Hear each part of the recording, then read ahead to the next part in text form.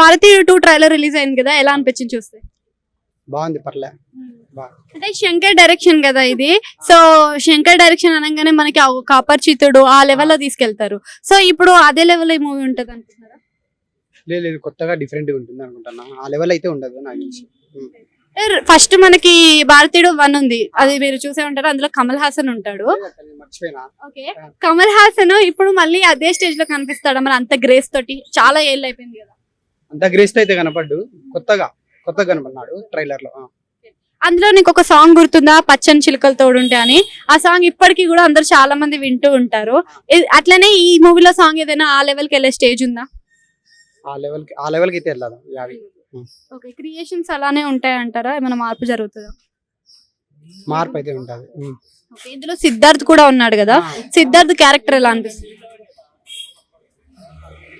బాగుంది. రకుల్ ప్రీత్ సింగ్, ఇద్దరు హీరోయిన్లు కనిపిస్తున్నారు, రకుల్ ప్రీత్ సింగ్, కాజల్ అగర్వాల్. మరి వాళ్ళ ఇద్దరులో ఎవరు బాగా చేస్తారు? కాజల్ అగర్వాల్. నీకు ఇద్దరు ఎవరు ఇష్టం? కాజల్ అగర్వాల్. ఎందుకని? ఎందుకంటే ఇష్టం అంతే.